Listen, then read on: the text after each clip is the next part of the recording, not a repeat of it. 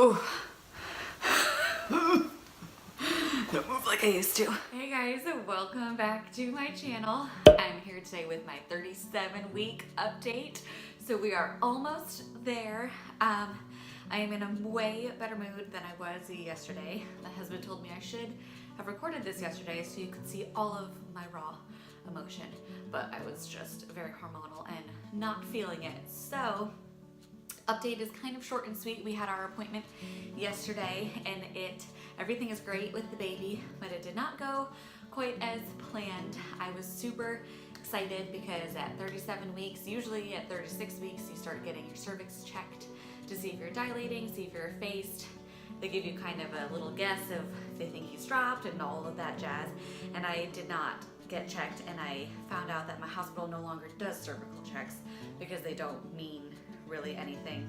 Like, they're not a good indicator of when labor will start, which I know you can be dilated, 1, 2, 3, even 4 centimeters for many weeks, and that just because you're dilated doesn't necessarily mean that you're going into labor. So like, I get that, but for me, I just wanted some sort of, just knowledge. Like, we don't find out anything at our hospital after 18 weeks. That's when we have our anatomy scan, which is our last ultrasound. And then after that, they listen to the heartbeat, obviously, take your blood pressure and do your fundal measurement, and that's it. So for me, his measurements have always been right on track. So I don't get any kind of growth scan, so they won't even, the MDs in my practice won't even guess the size. So I don't know if it's like a liability thing or what, but they say there's just no way to know, so they don't even give a guess. Thankfully, the midwives will guess, which is how we have our little prediction that if I go full term that he'll be high 6, low 7s, which once again, like, I get that that's a guess, and to me that's perfectly fine. I think it's just fun. Like, that's literally the only piece of information I have to go on. And if he comes out and he's smaller than that, if he's low 6 or if he's 8, it's not like I'm gonna go back and call my midwife and be like, you were wrong, so I get a little irritated that they won't tell us anything. Before, for a long time, he was transverse, and the only way we know that was because, once again, my midwife was laughing that she could feel him all the way from here to here, so that must have been how he was stretched out. And this was super early. It was probably like 26 weeks or 28 weeks, so obviously, way before that would become an issue that would mean C-section or anything like that. All she was saying was, that it was just kind of funny that he was so stretched out. And we mentioned it to our doctor, I think it was probably like 32 weeks, so like kind of getting closer, just like, hey, do you know what position he's in? And she would not tell us, and she was like, who told you that he was like transverse? And we're like, what? Like, it was like a big deal that somebody commented on his positioning before 36 weeks. So needless to say, I'm like, come on, I don't know if it's a liability thing. Maybe if you know, let me know why they won't say anything.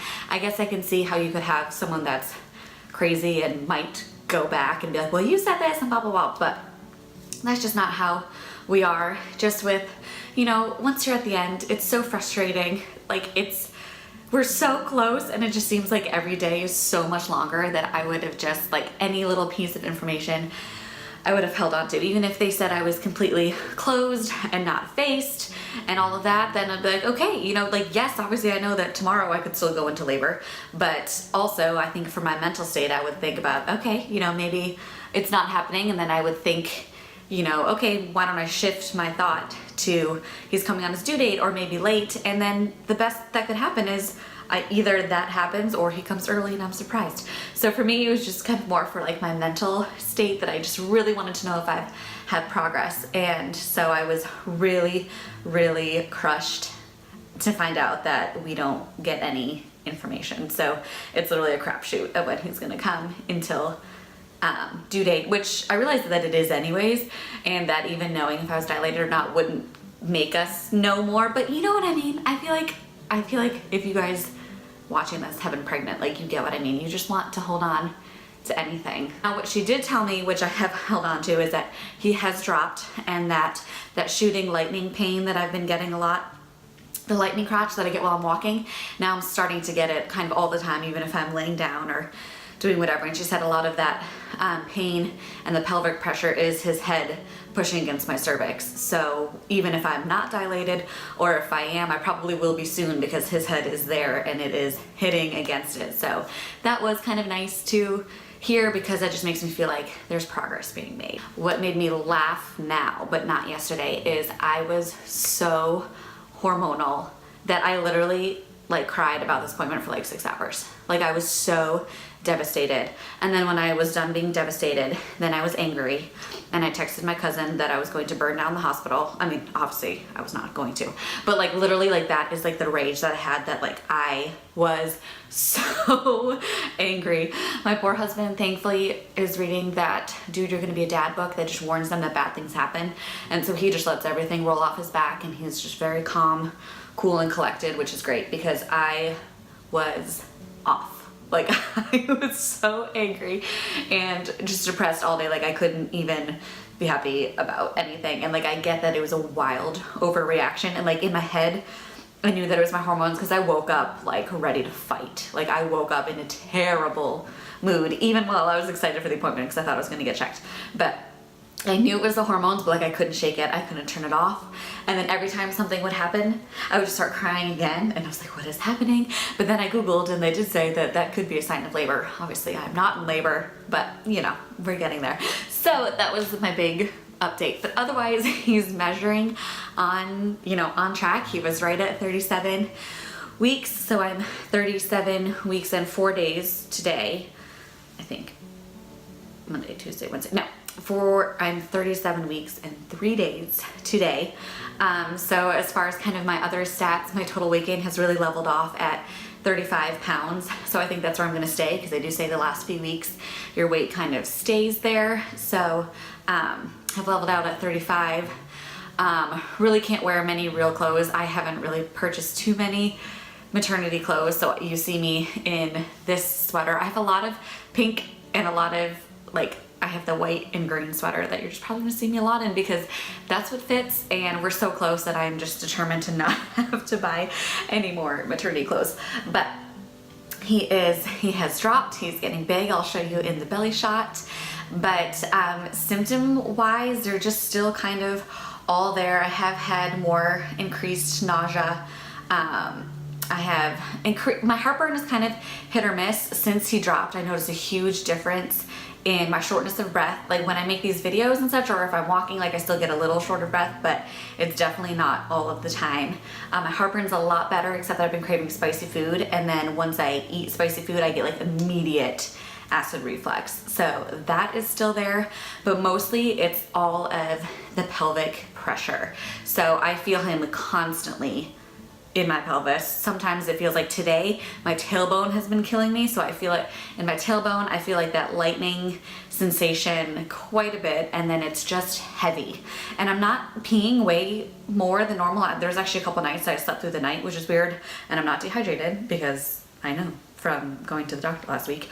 But so he's like sort of on my bladder, but like not really, because like when I do go to the bathroom it like really hurts and like I feel like pressure and like he's on there, but I don't have to go too much more, so I guess that's nice. But it's just kind of all of my symptoms are really centralized down here, and then along with the mood swings, and I'm still getting the breakouts on both my chest and my back, which is wild. I had never had those in my life. And then first trimester, I had a lot on my face and a little bit on the chest, but the back, that has been like the third trimester thing, and it's like gross, and I'm really not into it. But hey, of all my symptoms, that's the one I literally care about the least. So that's pretty much it as far as symptoms wise.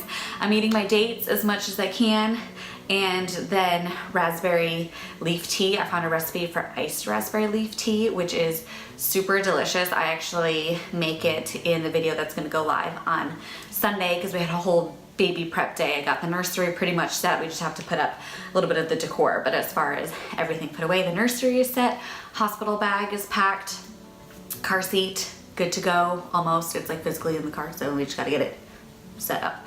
But we're waiting because my husband might be getting a new car, but we really need to get it in. I think that's gonna jinx it. But anyhow, I have that recipe and there is absolutely delicious. So if you want to know, you don't want to wait till Sunday, just let me know in the comments and I'll leave it. So that is getting everything all ready for for baby's arrival. So my best friend was due 3 weeks ahead of me. She just had her baby yesterday, so now it is our turn. But let me show you the belly.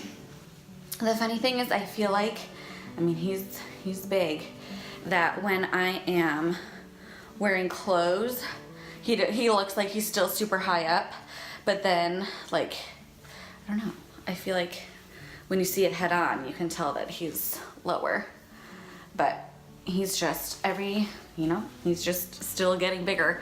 And my midwife could tell by, actually she wasn't a midwife, she was a PA, but could tell she found like all of the space at the top of my uterus, which is how she determined he dropped, since I'm really short-waisted, and sometimes it doesn't really look different, I guess. But that's what she could tell, that he had dropped. And so I guess next week we'll see if he's dropped even more, which would be exciting. And then it's just a guess. So my husband still thinks he's coming on like the 10th or 11th. I don't really have a prediction of when I feel like he's coming. I felt like he's coming early this whole time, so I really hope I'm right. But I would love the 17th because it's my lucky day. I would also love the 11th. But hey, we'll see. So I will keep you posted. I will update next week, and look out on Sunday for the kind of vlog style what's in my hospital bag / baby prep day, because that was a super fun day. And if you're new to my channel, go ahead and subscribe. If you liked it, hit the like button, and don't forget the bell notification so you don't miss a video. And I will see you next week. Bye.